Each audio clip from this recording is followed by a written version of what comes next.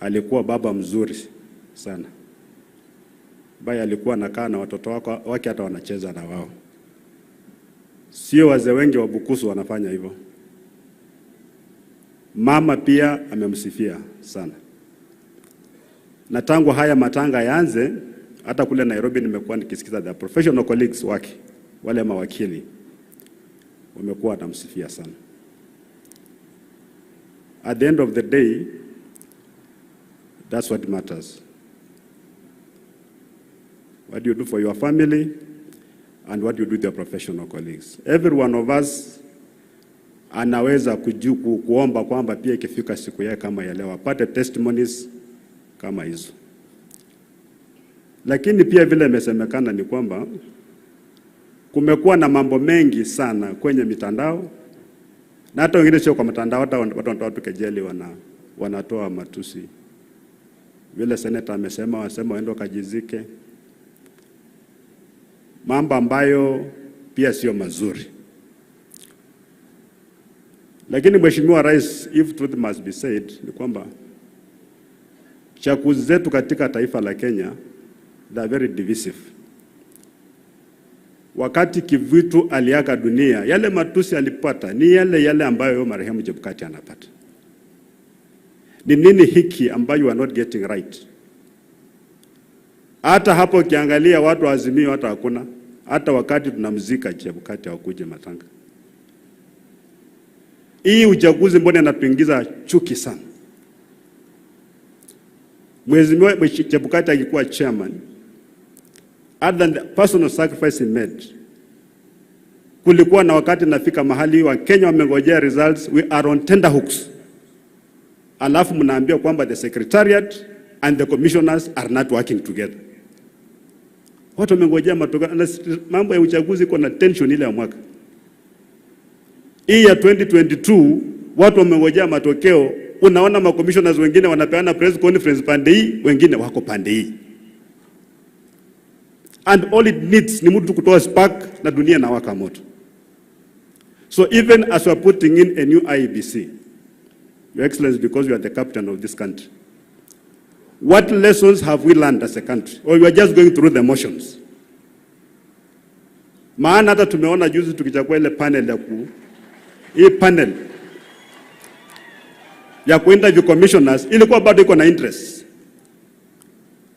Na mimi najua hata baada ya commissioners wapa kuwekwa, kila mtu atasema huyu ni wa huyu, huyu ni wa huyu, huyu na huyu. Na wanatarajia baada ya uchaguzi watu wakubali matokeo.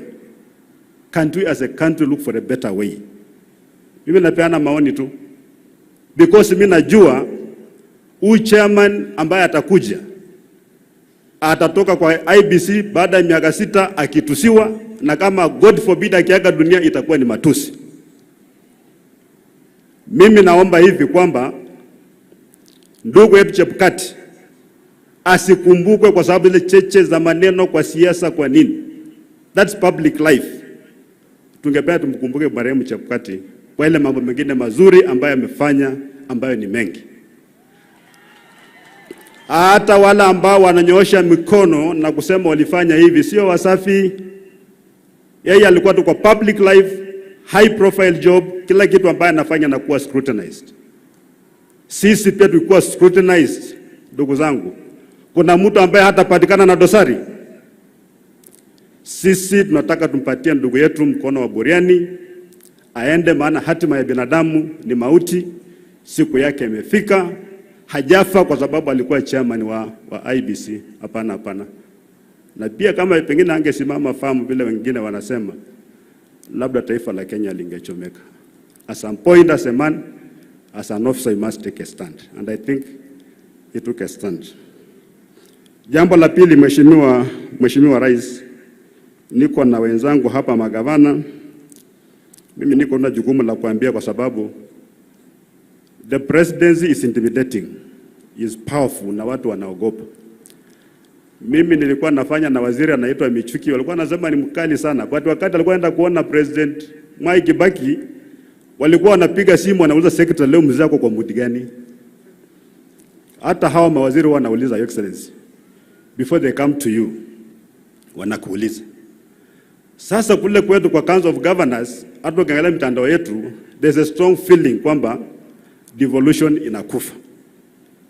Inakufa kwa sababu fedha hazitoshi, fedha zinakuja kama zimechelewa.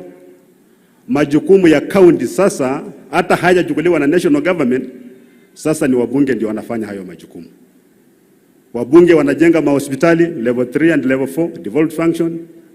Wajumbe wanajenga masoko devolved function. Kwa sasa tuko na vita kati ya counties, not with the national government but the National Assembly, kuhusu mambo ya road maintenance levy fund. Shilingi bilioni 10 can't use kwa sababu wajumbe pia wanataka kutekeleza miradi ya barabara kutumia hizo fedha. Your Excellency, we believe as the 47 of us kwamba ukitoa tu amri kwamba you guys in the National Assembly you do not implement projects. These projects ziko kwa counties. Let the county governments deliver these projects. Kama ni conditional grant, hiyo pesa kuja kama conditional grant and will be fine.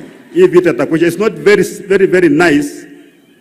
Counties na National Assembly mnapelekana kule kwa koti, huyu analipa pesa wakili na national resources, huyu analipa wakili na national resources, and we are living in an environment where the resources are limited. That's my prayer to you sir.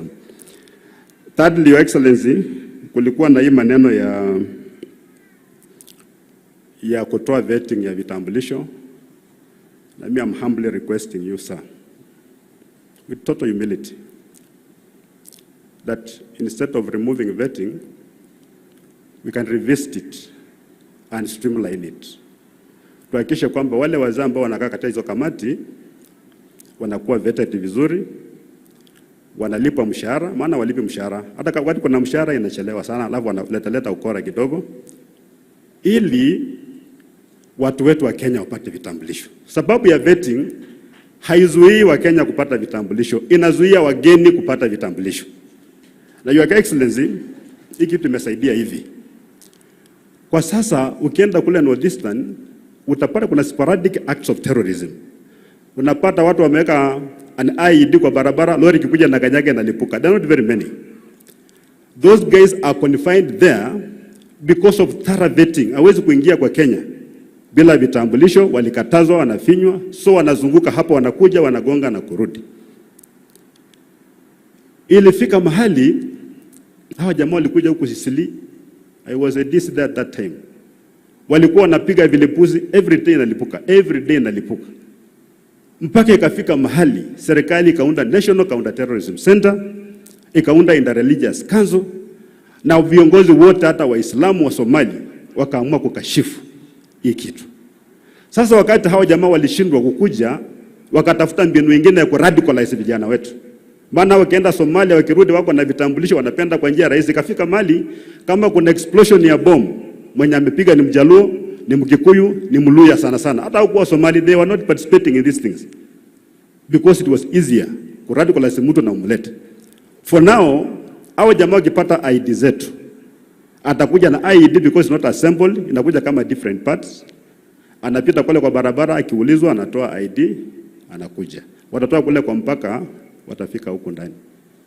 The work that our people have done, including kuna MP anaitwa Yusuf Hassan, alipigwa bomu ikavunjika miguu because of terrorism.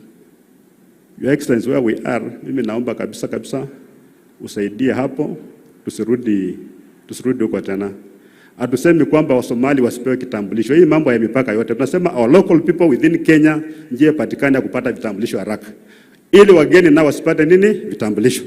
Lakini la muhimu, Your Excellency, baada ile mambo ilifanyika jana, watu kuja pamoja, mimi ningependa sasa focus kwa vijana kidogo, and the first present waweza kuwapatia ni kutoa pesa ya kulipa ukipata vitambulisho.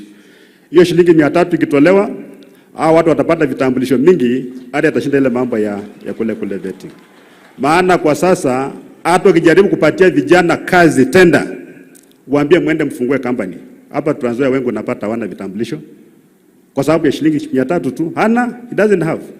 Kama kuna watu ambao wako na poverty ambayo inatembea na wanaiona ni vijana. Hii pia imechangia kwa mambo ya unemployment. Ningependa ni karibu nimalize nikisema kwamba Your Excellency, you are a farmer, a very good farmer. Wakulima wa hapa Trans Nzoia pia wamenituma umesaidia kupunguza bei ya pembejeo ya mbolea. Tunashukuru. And even this year I've confirmed with the National Cereals Board ya kwamba mbolea imefika. We are very, very grateful. But we believe you can substitute further kidogo.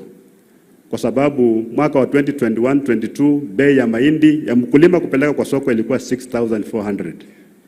Reduce progressively to 4,500, 3,500. Saizi wanakuuza na 3,000 shillings only.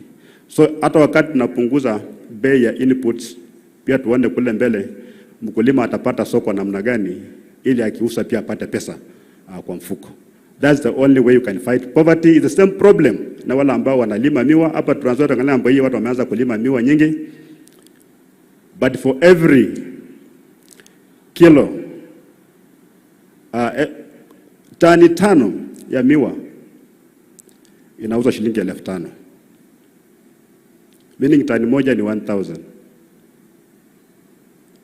Ukienda kununua sukari nafikiri kilo 2 shilingi 200, mkulima anapata shilingi 10 peke yake. So ile mwenye anaenda kwa shamba anapata 10. Watu wengine wote wanagawana 190. There's something wrong with our farm all the way to the market. Finally, Your Excellency, I have a disclaimer here. Mimi nimekuwa nikiongea mambo ya watu wetu wapande kukua pamoja. Na kuna watu ambao wanaona hiyo kama ukabila. Sio ukabila. Watu kukuja pamoja vile tumekuja hivi, hiyo sio ukabila. Ukabila ni kupendelea. Unasema huyu ni jamii yangu atapata kitu fulani kwa sababu ya jamii peke yake, sio kitu kingine. That's tribalism. Sisi tunataka jamii yote ya mkoa wa Magharibi, na mnajua tuko cosmopolitan. Hakuna mtu ambaye akae Magharibi. We suffer the same problems. Ndio mimi nasema tukuja tukae pamoja, tutembee pamoja, so that we are taken seriously. Nyinyi mkiendelea kukaa vile mnakaa hivi, ghafla kama ile ilifanyika jana kati ya rais na former prime minister, nyinyi watu ya Western, kama mtakaa pamoja, mweke kura zenu pamoja, mtakuwa mnaangalilia kwa view sasa.